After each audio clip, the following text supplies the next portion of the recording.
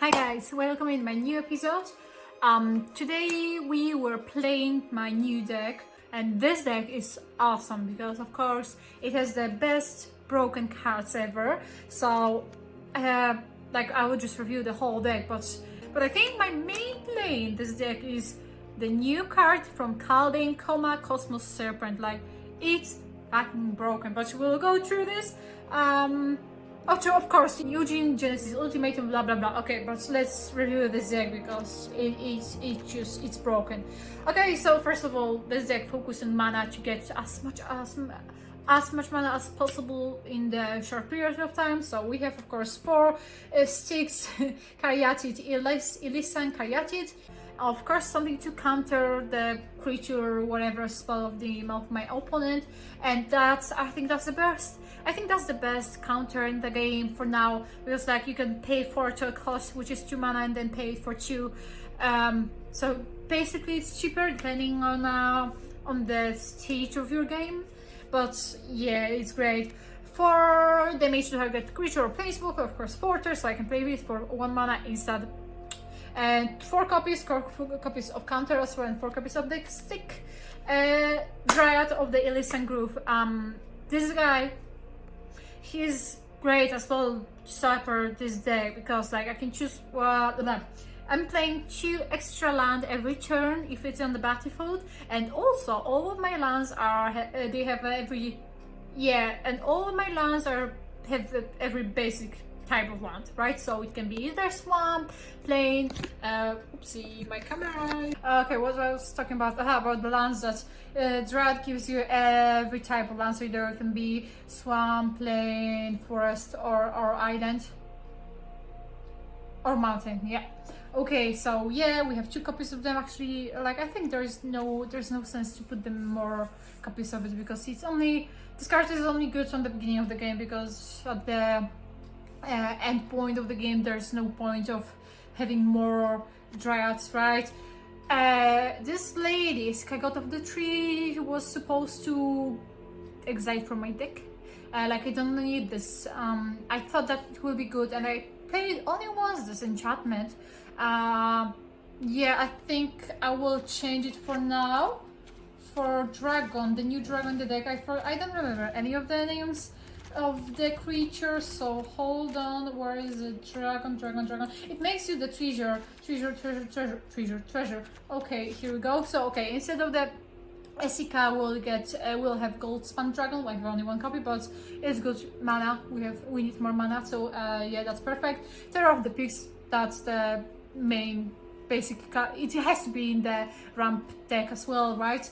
You know how it works. When it's on the battlefield, if the creature will come on the battlefield when the Terror of the Pigs is already on the battlefield, then I make the damage of the power of this creature. Power to the either player or the opponent's creature. And also, if you are targeting Terror of the Pigs, then opponent has to pay extra 3 lives of targeting it.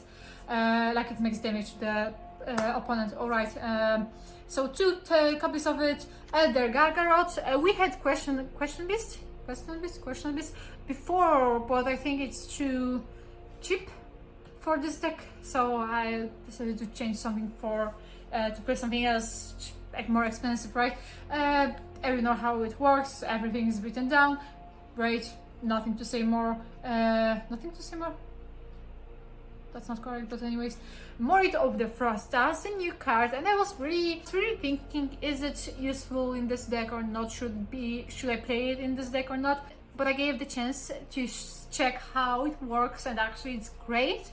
Oscillation, why? But basically how it works. When it comes to the battlefield, you can copy any permanent you control, and then basically making the copy of this permanent, and it comes on the battlefield with 2 extra counters, and it is changing, so it's every type of the creature of the card. Yeah. But I have a lot of, like, it can be like the copy of the Terror of the Pigs or this dragon, and a lot of more. Oh, what? Why I was talking about this card? Oh, I like I forgot about. Okay, I have 2 more cards to talk about. I scroll it so much. But anyway, so it's good for. Like it works great with 1 enchantment, but I will go to this one. But I skip this card. Some of Storm's Wrath makes 4 damage to each creature and planeswalker. This one we talked about. Oh, we didn't talk about this one, and it's great as well because it costs 3 mana. It's legendary, 2 colors. I can pay 3 mana. I can pay 3 mana, and I can tap this creature. And I'm making the artifact, snow artifact, which gives me any mana color. Great. There is a second ability. It costs 8 mana. I'm looking at the top 4 cards of my library, and I can cast this spell, 1 spell from these cards, without paying any mana cost. And so that's great. And the rest of this card goes to the bottom of the library, so it's great. And basically, if you want to take the Ugin or whatever, you pick creatures on the battlefield, perfect. But not always happen, of course, right? You can get fucking lands and that's it, and you will waste 8 mana, but like it happens, it's just a game. And okay, we talk about this one, and Morit of the Frost works perfect with Curabes of the Sea God, because I can copy my my enchantment, so 2 hexproof Krakens come on the battlefield. That's great. Everyone knows what it does. The first step of the saga is creating the hexproof Kraken creature token. Then I'm tapping all of the non-land permanents of my that my opponents controls, and they don't untap until the next step, right? The third step of the saga is that I'm gaining the control of 1 permanent that the opponent is controlling. And of course I'm untapping it, so that's great. Okay, that's also so popular card, Beanstalk Giant. It's adventure. I can pay 3 mana only to find the land and put it on the battlefield, and it's not tapped, so that's perfect. And then I can pay it as my normal creature cost, which is 7. And basically, Giant is coming on the battlefield, and the power and the toughness, it's equal to the number of lands I control. So, you know, after Genesis Ultimatum and stuff like that, I can have like... yesterday I was playing, I had the power and the toughness was 17, and I have 3 of them on the battlefield. So hopefully we'll have that great match like that, like yesterday. Okay, Koma, Cosmos, Serpent. Actually, I think that's my favorite card, but which is funny. That... no one can counter this this spell, so it always coming on the battlefield. On every upkeep, either it's mine upkeep or my opponent's, I'm creating 3/3 Serpent tokens, and also I can sacrifice them wherever I want. These tokens, right? To tap target permanent.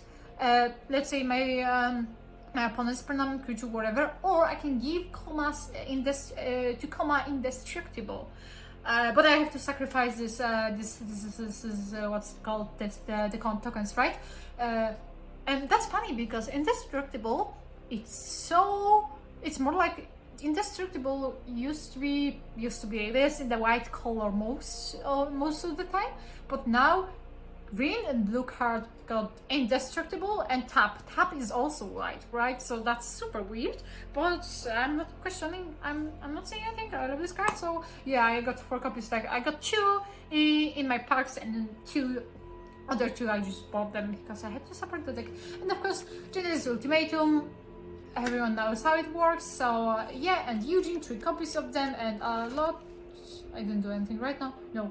And lands, and the word 3 is also good because it changes it changes all my lands if I control 6 or more, right? 6 or more lands to every type. So yeah, let's play and see how it is. Oh, actually, I didn't talk a lot about it. Okay, so that's the first part, and I think the second part of the video will be actual gameplay. So see you in the next episode.